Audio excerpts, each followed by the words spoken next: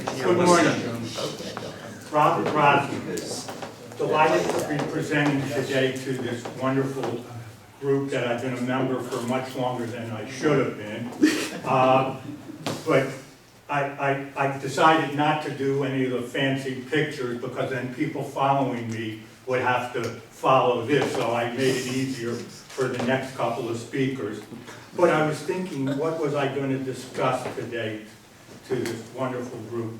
And I realized, I think it's known, I've had only one career, one wife, but two daughters, okay? So I'm pretty consistent, and to me, the uniform is still, the pants and the jacket match with a white shirt and a tie.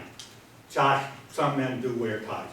So I'm delighted that it is. How I got into the insurance business was I was very lucky. My dad, later on in life, had gotten into the insurance business, and his insurance agent at the time said, "Joe, I think you'd be a wonderful insurance agent. Come work for me." Of course, they make money when they bring in others. So he joined them, and I said to my dad in June of 1971, when I joined him in the insurance business, I said, "Dad, why did you get into the business?" He said, "Son, I want to bring money to people when they need it at the most." And that has stayed with me these 40 plus years.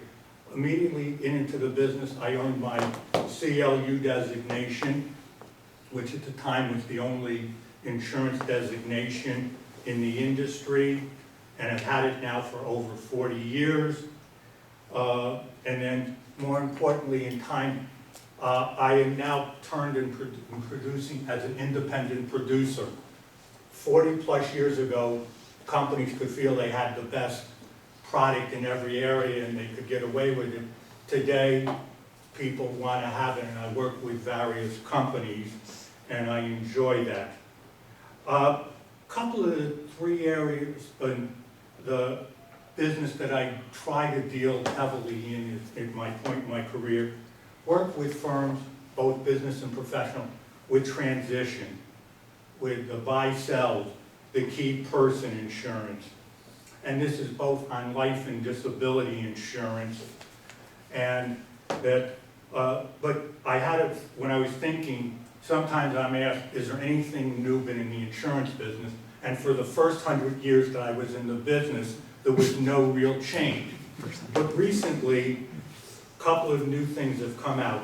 One, we're working more with special needs families to take full advantage of the tax law so that the special need individual can qualify for all the government programs.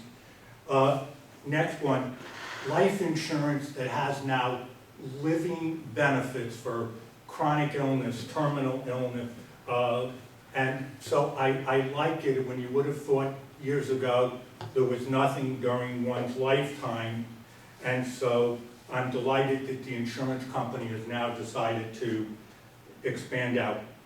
In the real area that I do, a majority of my work is in disability insurance. And there's two new programs, and one, it's a nice additional sale for me, but it upsets me. It's to provide our college students, when they get out of college, in addition to getting monthly disability benefit, there's an additional amount to repay some of their loans. And I'm working now at a medical school here in town, and I'm looking at some of the young residents, and they're showing me $300,000 to $700,000 worth of student loans running for 20 years.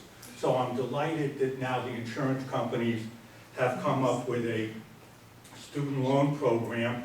And then there's another new plan that I have access to, is to replace retirement income. So again, you get the personal monthly, but at age 65, they're given 25% of whatever they would have collected during their time on benefit as a retirement income, because most times when you're out as an employee, you're no longer an employee of the firm, therefore the firm can no longer contribute and people just forget about, gee, that I'll have that. But I honestly, even though it was June of 1971, I did not really believe I was in the insurance business till July 8, 1980, when my first death claim I had to pay to a dear friend of mine who had the policy 27 months, and he was killed in a small mid-air plane crash out of Savannah, but unfortunately, I missed the plane. And so that really brought me into the business. And then I was thinking of some other death claims that unfortunately, and Barry, unfortunately, at the time was only 39. A couple of years ago, I had a young attorney just committed suicide. The insurance company paid with not a problem. This next one, for the people who know me, can appreciate. Also a young attorney, ate well, always was careful what he ate, exercised every day, and one day he was swimming in his club and he died in the swimming pool, and they had to close the pool for about a week or 10 days to clean it. So there goes, again, I say there's nothing good when coming to exercise. So, and on the disability side, a husband and wife eye doctors came to me a number of years ago. The wife bought a policy in less than 2 years into it. She went out on total and permanent disability, and the husband and I keep in touch, and he called me the day that they received their first $1 million of tax-free disability income, and it was nice.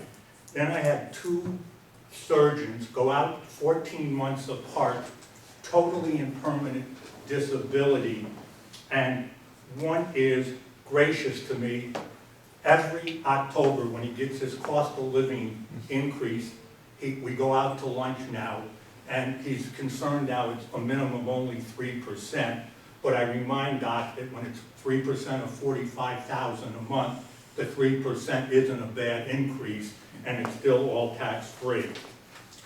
As an independent producer, I like to work because I pick the companies that I want to work with, and it gives me a lot of, many of you have been hearing me talk about this non-US citizen, no social security number.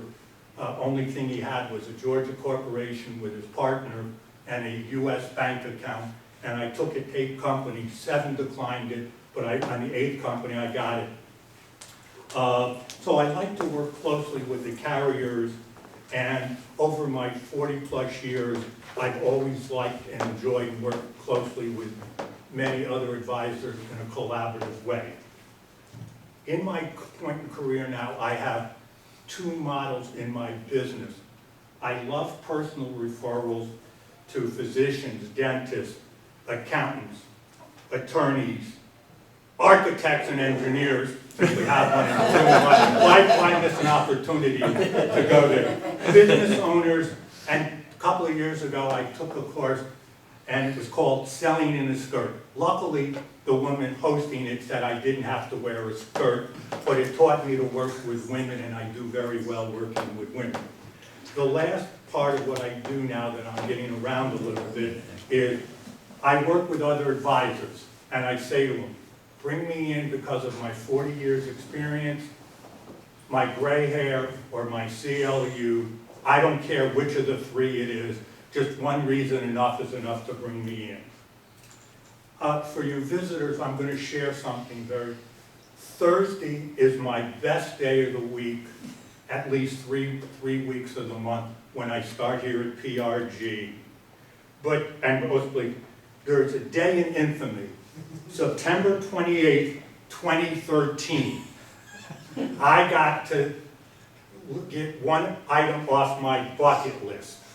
I never played a down of touch football, intramurals, Pop Warner, God forbid, high school or college football, but I wanted to go to the mecca of college football, and I will share with you, if you're not familiar, that's in South Bend, Indiana. And that was a great, great day, and that was due part to Matt and his gracious kindness. And so we're hoping to go back this November when I have mixed emotions of when it's Notre Dame and Clemson. I only love Clemson because those last 11 miles for my baby cost me $137,000. Who's keeping track of a number like that? At least she met her husband. So we have a couple of championships and a husband. How bad could that money be well spent? So it's Robert Rosner, your friend for life.